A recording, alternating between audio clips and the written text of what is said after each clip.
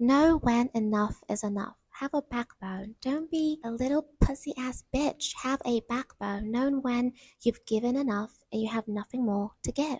Let's be real, we've all dealt with that one person who treats us like their personal resource. Whether it's a friend, partner, or even a family member. You give, they take, and they don't seem to care about how it leaves you feeling. It's like you're the emotional ATM and they just keep withdrawing without ever making a deposit.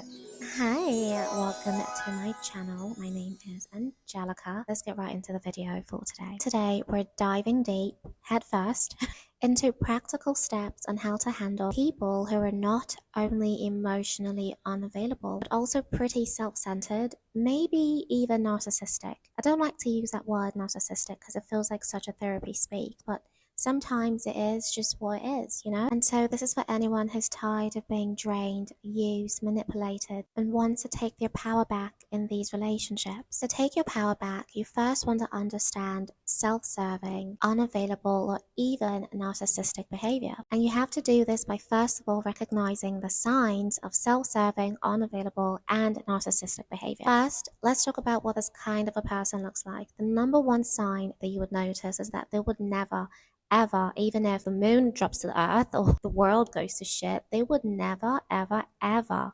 prioritize your needs. And they will often expect you to revolve around theirs. And this is the most amazing part of this crux, is that they would even gaslight you if you ever bring up your concerns. And this is why you must stand firm and strong in self-advocacy and empowerment. Literally no retreat, no surrender. The reason for this is that emotionally unavailable people will do everything in their power, literally everything in their power, to minimize your experience and divert the attention either through paternalizing or maternalizing, through force or manipulated sympathy. And you will know because the entire crux of the conversation will be centered around their needs with little or no regard to your own emotional needs and your wants or anything that has to do with you either. It's always about how things affect them without a clear regard to you. Your needs will consistently be disregarded, discarded, and just thrown into the abyss as long as you meet your own personal needs as well. You can pick up on this through like your defensiveness when you express your own concerns and your own needs and to feel validated and like a human being in life. And then to make the matters worse, as if adding salt to injury, they don't ever apologize sincerely. And if they do, apologize, I'm so sorry to tell you, but it's often to shut you up. It's rarely because they're actually sorry.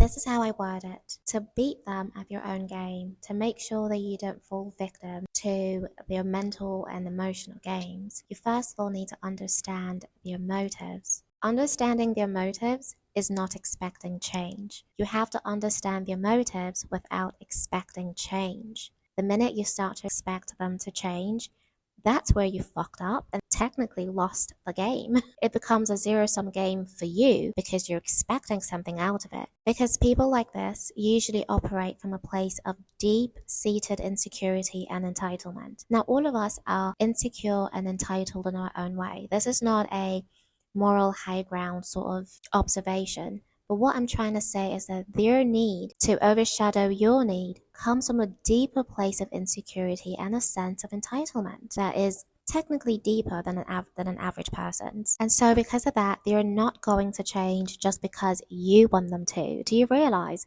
that they can't do that because all they can see in their world, in their mind, in their heart is their pain. It's them, me, and nothing about you, honey. And when we stop expecting them to become caring, emotionally supportive people, it frees us from the disappointment and the frustration that we would naturally have when we realize what and who this person is. Expecting an emotionally unavailable, self-serving, narcissistic person to suddenly become selfless is like expecting a tabby cat to stop napping 18 hours a day.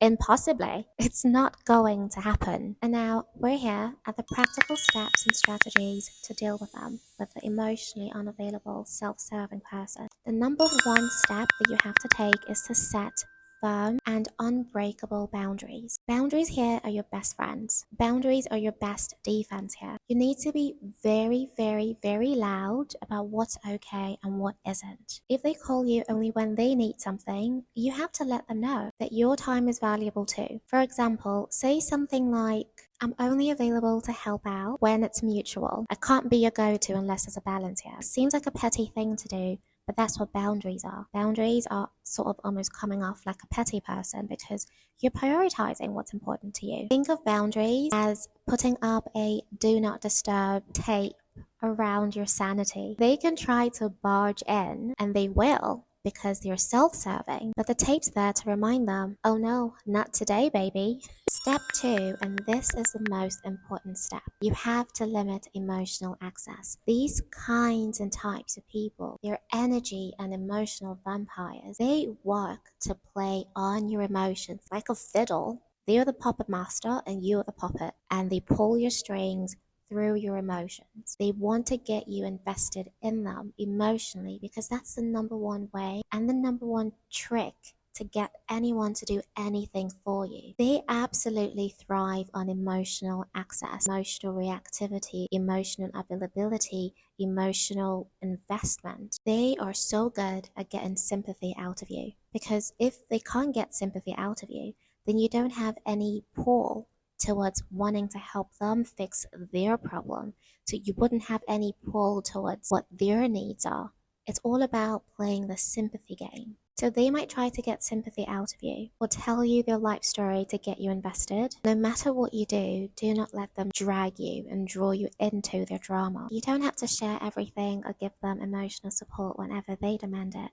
Stay polite but detached. Imagine they're just a distant acquaintance, not somebody that you owe anything to. So please save your emotional energy for people who genuinely care about you. Don't waste it on someone who only sees you as a resource. Step number 3. Have you heard about the grey rock technique? If you haven't heard about it, it essentially means not being reactive when someone else is trying to provoke you. That's just the entire crux and premise of what that means. My best advice to you, because they're emotional vampires and they want to pull out emotions out of you, the number one thing that you have to do when they try to provoke you, when their sympathy card no longer works and then they have to resort back to force and they try to provoke you or try to subdue you or oppress you, if they're trying to get a reaction out of you, the best thing you can do is go as neutral as possible. Essentially stonewall them.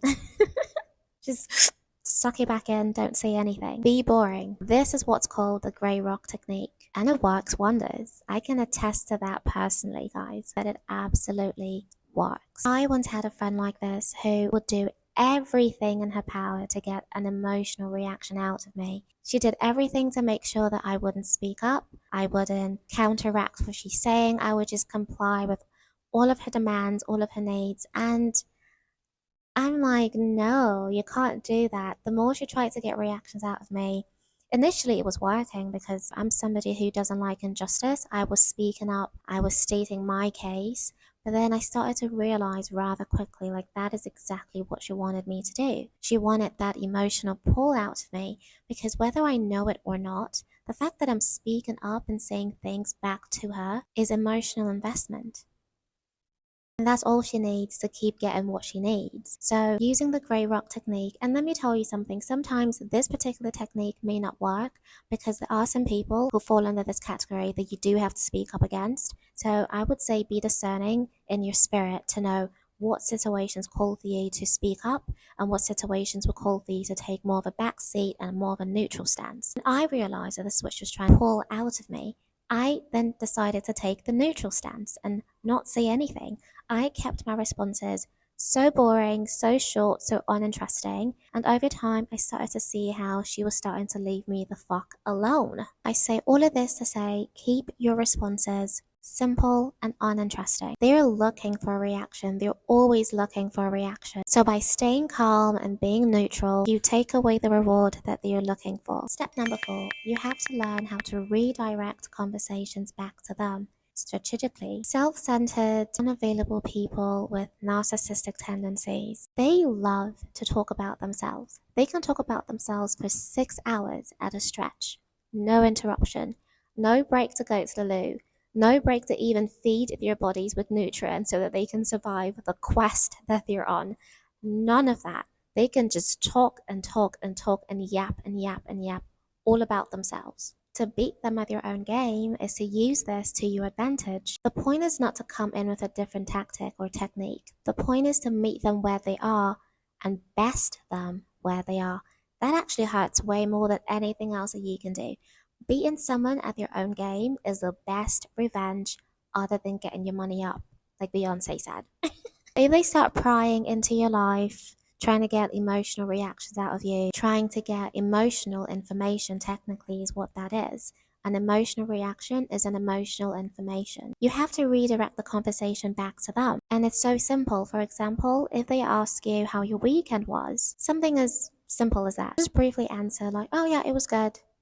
Then ask, how about yours? How was your weekend? What did you get up to? This way, you're controlling the conversation without giving them ammunition to use against you, because you're always looking for ammunition to use against you. This is not to make you paranoid, but this is to make you aware of the intricacies that goes on in interpersonal relationships with self-serving, emotionally unavailable, maybe even narcissistic people. And this might seem counterintuitive, but trust me when I tell you that it absolutely and actually helps you to maintain control, and it helps you to protect your privacy. These are emotional strategies that you need to have to stay strong, because I'm not going to be here and water down how hard it is to deal with an emotionally unavailable person. It's draining. It's a difficult thing to do. It fucks with your mental. It puts you in an emotional place of taking the blame and feeling like you're not worthy, you're not deserving to be loved and appreciated and valued. All of these things are technically projections of how the other person feels about themselves, and you're just absorbing all of their personal feelings and garbage and baggage. And these are things that you shouldn't keep at the back of your mind or in your heart about yourself. And this is why these emotional strategies will be so important to have as a backbone to help you support this very difficult relationship with whoever this emotionally unavailable person is in your life. Number one thing that they try to attack is your self-worth and your self-image. And because now you're aware of that, not paranoid over it, you are aware that that's what they're trying to attack, to weaken you at the core, to make you more susceptible to doing what they want. Remember the puppet and the puppet master? Exactly. The puppets are limp and they're just easily controlled because they don't have any core in the middle. There's no wood holding them up. They're just like, control me however way you want, puppet master. But that's not you. Now you know that that's what their game is. And to best them at that game, you have to practice self-validation. What exactly is self-validation? People who are narcissistic or self-serving won't give you the validation you crave. They would never do that, because to validate someone is to empower them. They're not trying to empower you, they're trying to destabilize you, so you have to give this validation to yourself instead. Remind yourself that your feelings are valid even if they ignore your feelings. And you have to affirm yourself with phrases like, I don't need their approval to feel worthy, or their lack of empathy doesn't define my value. Phrases and affirmations like that. By building this inner validation in yourself, it makes you less dependent on their reactions to your needs. You need to develop a strong support system outside of them. Pick up some hobbies, meet new people, speak to a therapist, anything that's going to make you feel loved and cared for and supported away from them. And you have to practice letting go of the need to change them. They will never change, so why bother yourself with that cumbersome and absolute failure of a job that you want to take on? One thing that you have to accept is that you cannot change them into a more caring and available person, and holding on to that hope absolutely drains you. It's kind of like getting a fish to climb a tree. It doesn't make fucking sense. It would never happen. Why bother yourself with something that you already know is going to drain you and deplete you and leave you broken hearted? For what? You have to reevaluate that relationship. I know it's hard to do, but that's an important step to take. There truly does come a time when you have to evaluate if this relationship is worth it to you or not. If it's consistently damaging you being manipulative, it is time to reevaluate. And it's important to know that cutting ties does not mean that you're weak. It's not a weakness, it's a strength. Walking away from someone who constantly and consistently disrespects you, devalues you, leaves you brokenhearted, it's not a weakness. It doesn't reciprocate the kindness that you give to them. It makes you strong and self-respecting. You are not obligated to sacrifice your well-being for someone who doesn't have your best interests at heart. And even if it's hard to do, you do need to trust that by letting go, you're making room and space for healthier and happier relationships and connections in your life. So you don't need to be a hero and go around fixing everyone around you. What you need to do is prioritize yourself and your well-being, and this would attract people into your life that you don't have to fix, that would be there to support you and love you and care for you just the same way that you've done for yourself. And the reason for this is because they will always prioritize their fears and their needs over your well-being. So why can't you do the same? I look forward to seeing your thoughts on this topic in the comments. And that's it in this video for today. If this video gave you some ideas or helped you feel seen, then hit that like button and subscribe for more self-discovery and self-development for our mind, body, and spirit. And share your own experiences in the comments. And don't forget, you're not an emotional ATM for anyone. Please take care, and I'll see you in my next video. Mwah. Okay, bye.